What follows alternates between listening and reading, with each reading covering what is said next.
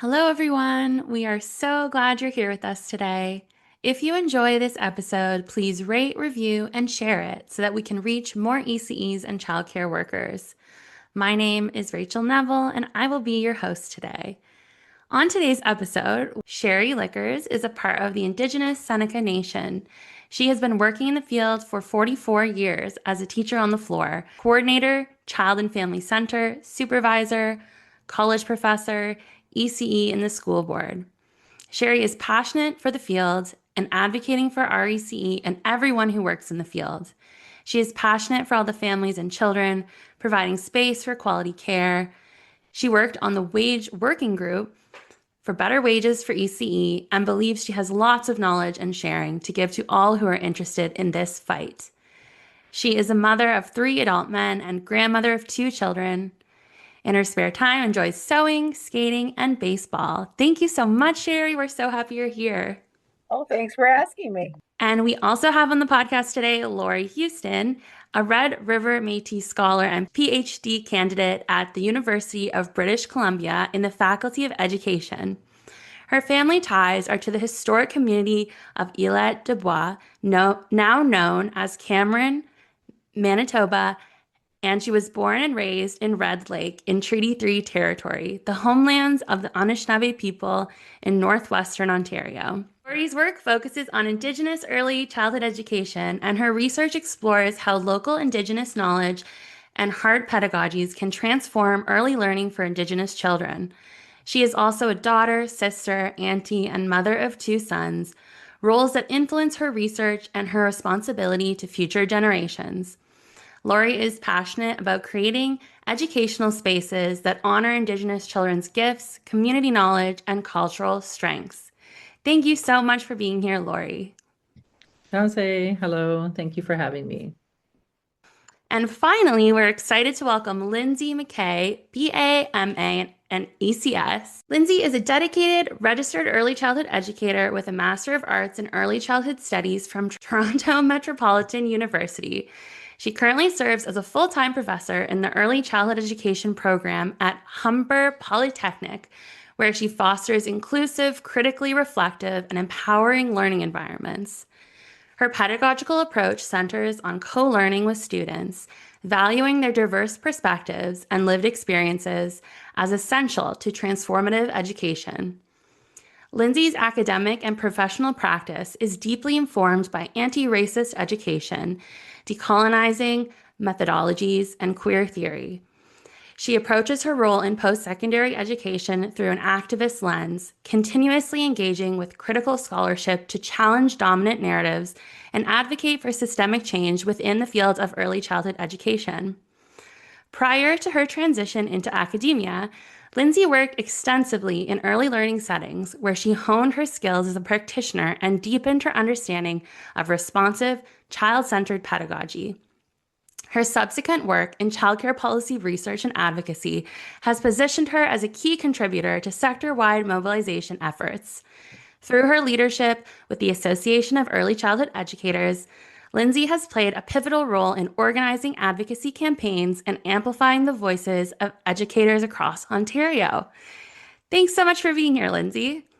Thank you so much for having me. And it's great to be here talking about AECEO stuff. Yay! So those were 3 powerhouse bios. I'm so excited that you're all here. So today we're going to be discussing the AECEO Truth and Reconciliation Guiding Committee. So I thought we could just start off with, in case people don't know, what is the committee? It's a coming together of Indigenous and non-Indigenous early childhood educators in Ontario. And we are led by Elder Brenda Mason.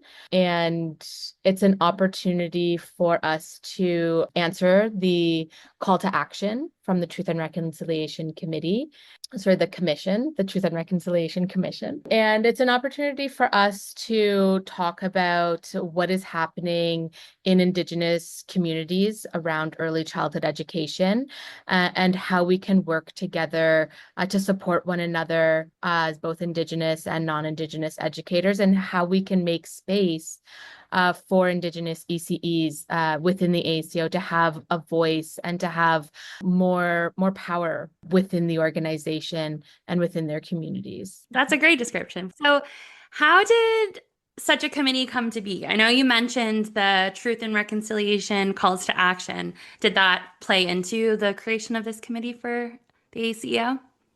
Absolutely. So when the final report and the calls to action were published in 2015, it was a surefire wake-up call for the AECEO. I was the coordinator at the time, and myself and Sue Parker, who's a member of the committee and the administrator and membership coordinator at the AECEO, we looked at each other and said, "What are we doing?"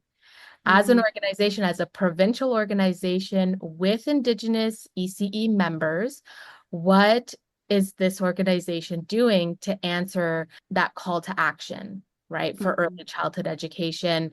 And the truth at the time was that the AECEO was not doing anything specific to support Indigenous early childhood educators. And we knew without a doubt in our hearts, in our spirits, that we had to change that. And so it was really Sue Parker and myself and the board at the time that saw that we needed to do something. And so pulling together a Truth and Reconciliation Guiding Committee, the initial idea was to bring Indigenous and non-Indigenous ECEs together to kind of help guide the AECEO as a provincial organization to say, what should a provincial organization be doing, right? How can we answer this call to action? That's how the committee came to be. And then it was the people who came together. Sherri, Lori, Elder Brenda Mason, those people that made the guiding committee what it is today. And really it came down to a place, having a place for us to come together and talk and build relationships. That's what the AECEO needed to be doing. And so I think that the direction that we took, we didn't want to, as the AECEO, determine what the community needs. We wanted to just create that space for us to come together and discuss and determine that what it should be. You really spoke to the reason that it was created was so important, right? And in response to the community and, what we felt as an organization was necessary as our next step. But I'd love to hear from all of you, as participants in the committee, what is important about it to you? I think what has been really important about the committee coming together is it's across the province of Ontario. It's not located in place because we meet virtually. And so we're able to gather folks from across the province. And it's also an evolving membership that allows people to come and go at their capacity. And when they feel they can be at the meeting and when they feel they need to step away so we have evolving memberships and we have longstanding membership on our committee, and we have engaged with a lot of people over our conception, I think, which was, Lyndsay might be able to help. Yeah. 2016, probably when. Yeah. Almost a decade of the committee. That's amazing. And I think what's been really important has some of the things that Lyndsay already talked about, the relationship building, but also the values and the ability to come together. Sometimes we'd come together and we just sit within circle and share on our current realities. And that has been really impactful for the members. We hear back, we have a long-standing members, like we said, that are really committed and really miss a meeting, and you can, if they're coming back to tell us how they've missed us or how important they have felt connecting with us. So it's beyond the relationship. It's also there's a huge level of gratitude and reciprocity that is happening in the committee. Some of the things that we work on are, reading through the First Nations National Early Learning Guide and helping each other make sense of some of the values and the principles within that guide. Also leaving space for innovation and how we can engage more Indigenous voices in the province, which resulted in the EC Link, a quarterly publication that's always evolving and taking different turns. And the core of that is about raising more voices and allowing space for Indigenous educators to share their experiences in the field. So yeah, very important. It's been a lot of fun as well. That's awesome. Sherry, did you have something to Yeah, add there? I was asked to join this committee with Lyndsay had asked me to join way back when, and I don't think I started at the very beginning, but soon after. And I just found it to be a really great place to talk with other Indigenous ECEs and non-Indigenous ECEs, and just sharing my knowledge with them about what's happening in First Nation communities. Because at that time, I was actually frontline working in a First Nation community, so I was able to bring a lot of those highlights and barriers that are up, for Indigenous ECEs at that time. So yeah, it's a great place to meet other people from across the province, like Lori said, and that it's fun. And then there has been the odd time where we did meet in person, which was a great Yeah. opportunity. So that was fun. Yeah, those in-person meetings are always so special. And I would like to also share that there's always an important piece that we honor Indigenous protocol in having Elder Brenda set the tone for our meetings, open us and close us in a good way, which really supports understanding of some of the circle protocols within Indigenous practices for all of the educators attending. And sometimes Elder Brenda's opening sets the tone for the entire meeting, and that always feels so right and so purposeful and so meaningful that sometimes Elder Brenda just has something to say to us about what she's seeing in her own community in Thunder Bay, or just something that happened to her. And she always has such an important lesson to share. And so sometimes that opening helps to direct the meeting, and we all end up having the conversation that we all needed to have. And that has been one of my favorite things about being part of the guiding committee is that it's not a committee in the sense that like we come together and it's work, work, work, work, work. We do a lot of work, but we make space to connect, to build relationships, to have slower conversations that need to be had. And so there's that balance there. And I think it's helpful for non-Indigenous educators to understand a different worldview when it comes to something like a committee, right? What is a guiding committee?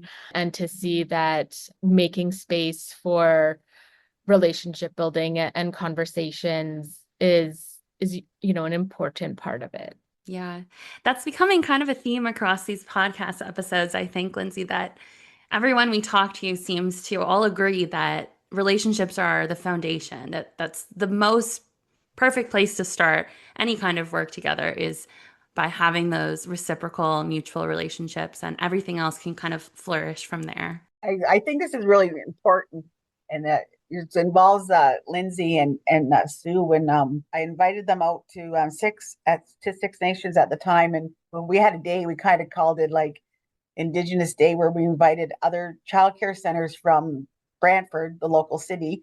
They came out for the morning and do some social dancing with them, introduce them to some like powwow dancing, hoop dancer we had, and all that. So, anyways, that's what we would do and eat and everything. So Lyndsay and Sue came out one year to this event that I was having, and it was so powerful to see. Like you see all these little children, like 2 to 4 years old, and we were all in one big area and like a fenced in area, so it was safe for everybody.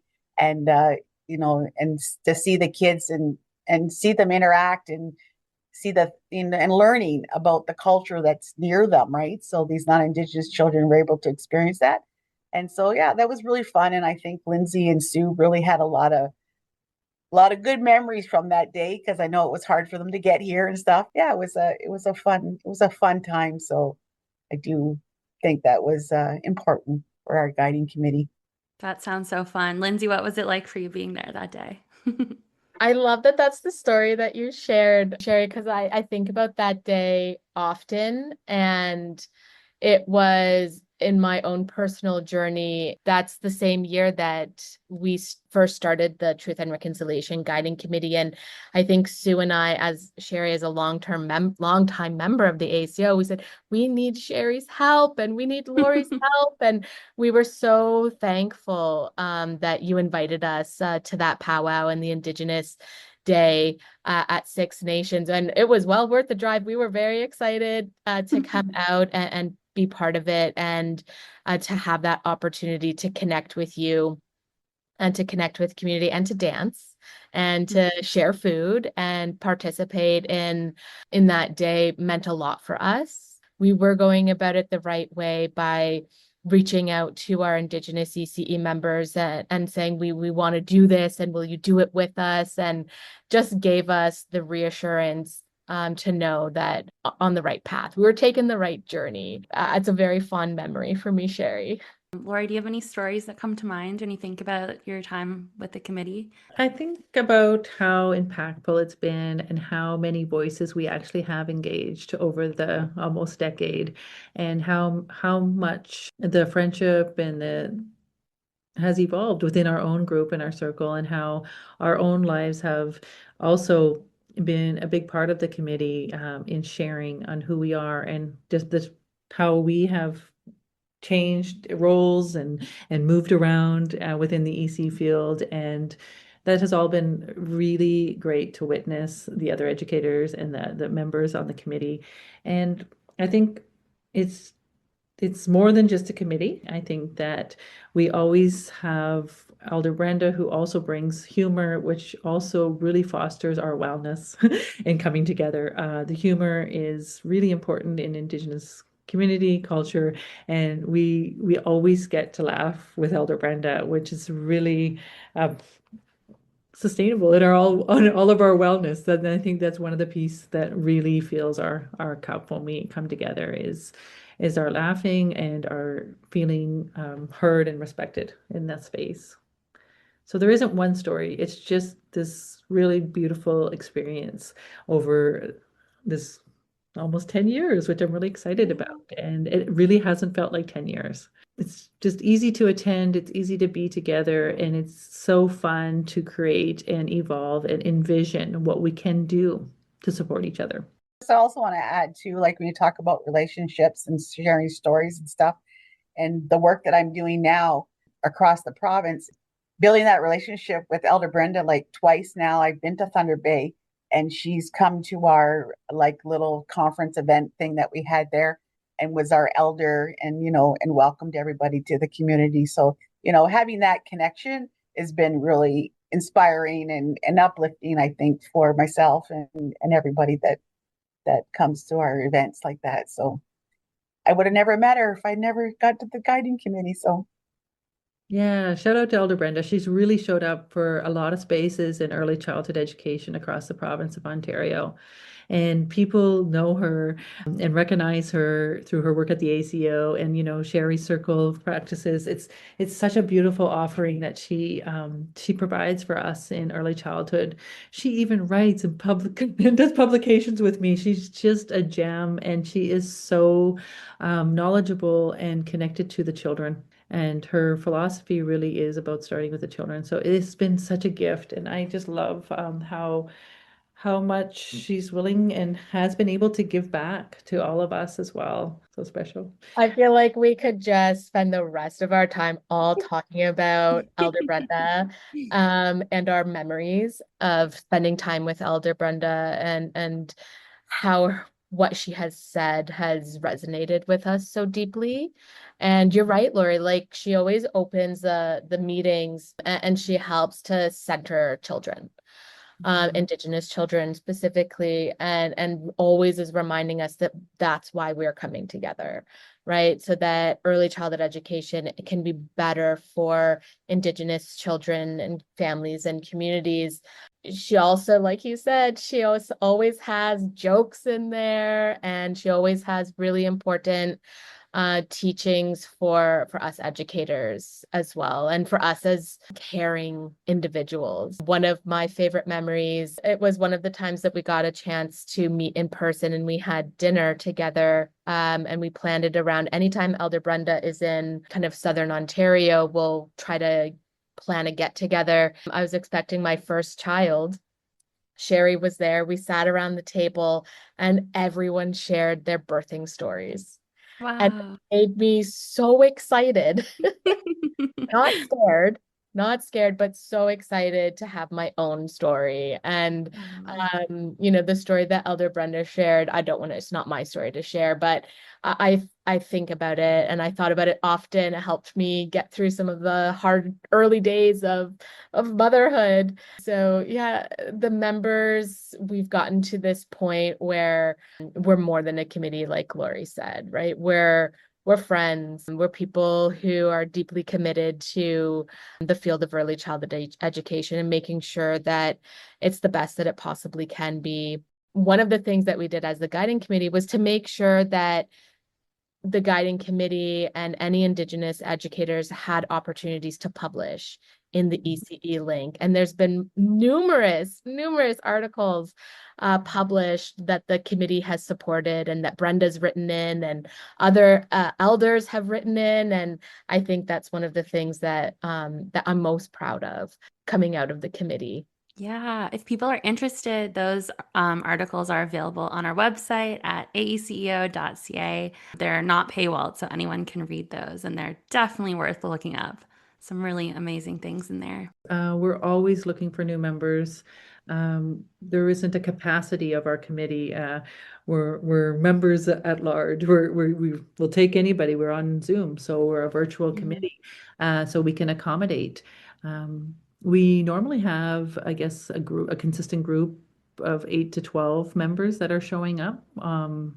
We've started to set our committee to be aligned with our seasons. So we have standing dates that we'll be able to present on the website, which will be fall, winter, spring, summer. So 4 meetings a year, and definitely open to anybody that anytime has a spark that says, I want to engage with Indigenous elder and Indigenous knowledge, other Indigenous ECE educators in the province, or I want to learn a little bit about coming together in a collaborative way, definitely stop in. And there's no, commitments that are asked upon our members. It's always gauged on their ability to step in and step out at their own. So yeah, I think with those committees standing dates, we're going to have the Zoom link and everything available right on the website. So that way they can you don't need to ask permission to attend. Just please show up and introduce yourself. We're ready and happy to see new people join. Yeah, listeners, if you are interested, check it out on our website. I would love for you to share sort of what you're currently working on, what people can look forward to with the work of the committee. What we're currently working on is we came up with a logo. We now have a logo for our AECEO committee. And Sherri, I've seen the logo and it's so beautiful. Yes, and it was done by an Indigenous artist at Mississaugas of the Credit First Nations, and she does work in childcare. So, it's pretty amazing when somebody from your own people can make a logo like that. So I'm pretty happy with that. I was the one that reached out to her and asked her if she could do that for us. She was able to, and there's a little write-up about what it means and what it stands for, and it's really hard to pick one. But we ended up kind of decided on this one. So yeah, so have a look at it. That's on the website. The other thing that we're working on is we just also published, we had our 4 educators, all Indigenous. So one from a First Nations community, and then we had one from an Inuit community and one from Métis community. And then we had one from the urban Indigenous community. And so they all answered questions and they all said these beautiful words. And I read through them last week and I was just in awe, like, wow, these people are really, really special people. And we're all really, really special people. And it was nice to see that. So the next thing that we're working on with that, we're going to highlight each center. So they'll do the urban Indigenous, we're going to do Métis, Inuit, and then a First Nations community.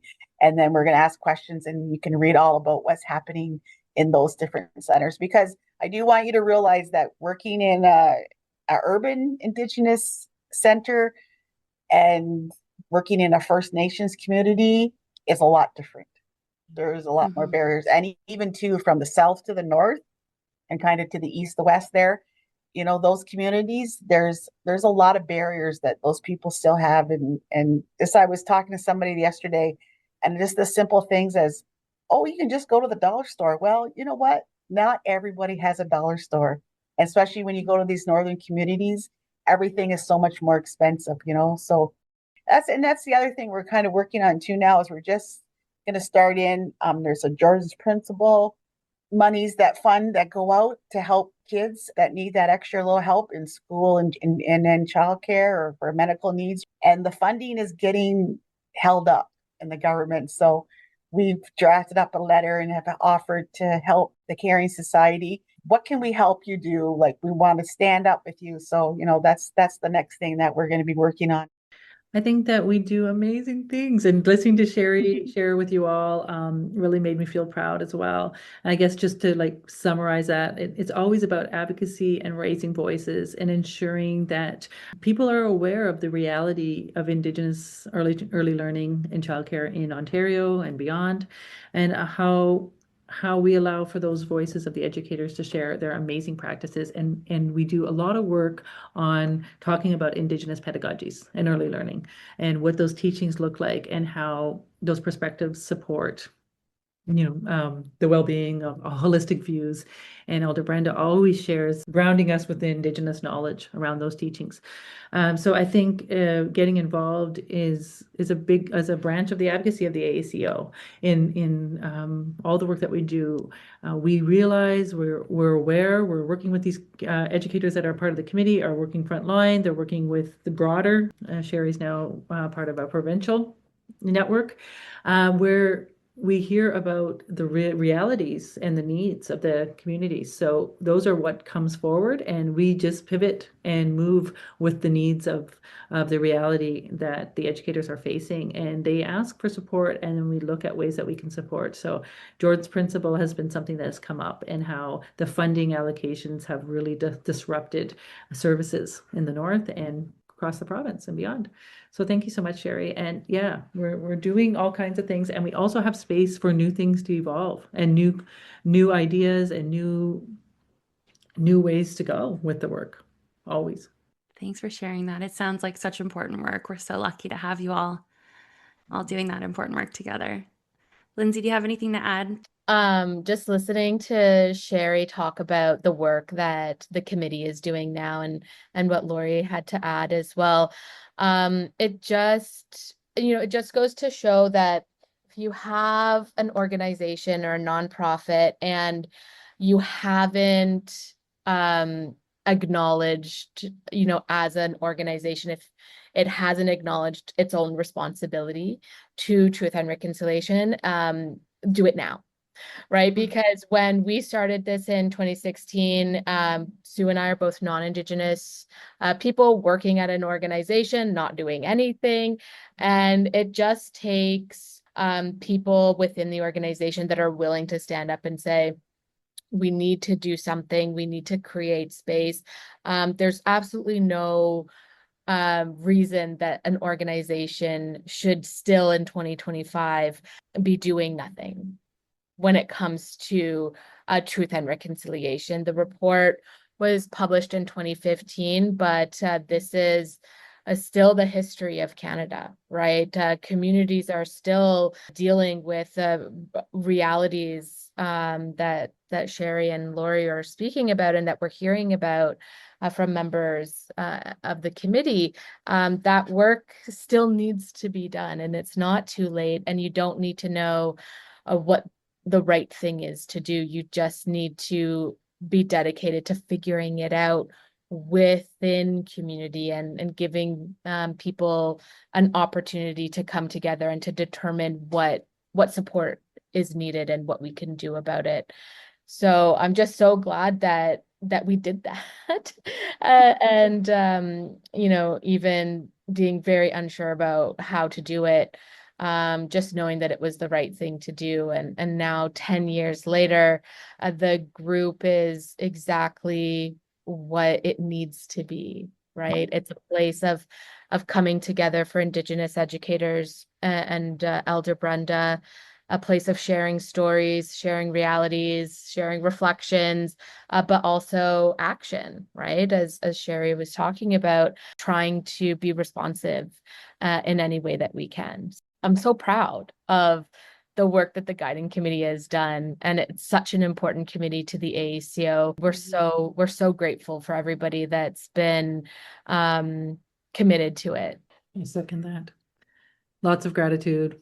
Yes, very thankful. It's a good community to join. Yeah, it sounds like a good community to join for sure. I can add just that we do have a circle of practice. So I work along with Ruth Ann Surratt from Garden River. It's the last Tuesday of the month for about an hour and a half in the evening. And again, it's all virtual. If you want to join that, you can just add your email to the list on the website and come out and join. It's a great bunch of people that are there. We're sharing stories, we're sharing resources.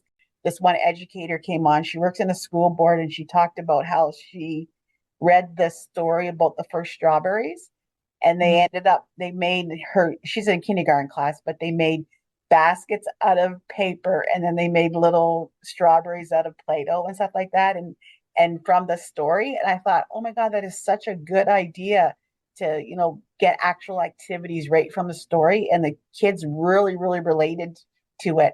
And they talked about all of the strawberries, meanings and histories and things like that. And the kids were really delicate. They were treating their strawberries like just so special, and like didn't want anybody to wreck them or things like that. So it was, and just sharing those kinds of things with other educators, it just gives people, oh yeah, maybe I could do that. And then they all started talking about, oh, I read this story and I read this story and we did this, so just things like that is just what people need to hear. So yeah, if anybody wants to come out to that, that's a great thing to come out and have fun. I just wanted to say, Sherri, you are such a strong leader. Such a strong educator. I've learned so much from you. So happy to hear that the circle of practice is going well, and that you're extending that invitation for people who are listening right now to join you. And I really encourage anybody who's interested, just join a meeting. Thanks, Lyndsay. One last big shout out to Elder Brenda Mason. Yes. And she's been there for 10 years. She's been the guiding elder for the Truth and Reconciliation Guiding Committee. So we're so lucky to have her in our lives and have her be such a big part of the AECEO. Elder Brenda has never missed a meeting, despite many different, other work commitments. She's made it a priority, and that is so admirable. And it's such a sign of for all of us too as members. It just sets a really nice precedence for the continuation and the high value that we have from our elder for the work that we do. Thank you, Brenda, if you're listening. I'm going to share this with Brenda. And thank you, Lori, Sherri, and Lyndsay for being here today. We really appreciate your time, and we can't wait to continue working with all of you. Thank you so much for joining us. If you enjoyed today's episode, please consider becoming a member. The link to join us will be in the episode description. Your membership makes a difference in the lives of ECEs and childcare workers, children and families, and allows us to continue doing this work. To all members currently supporting us, thank you so much. To all the ECEs and childcare workers listening, you are absolutely incredible, and we're so happy that you're here.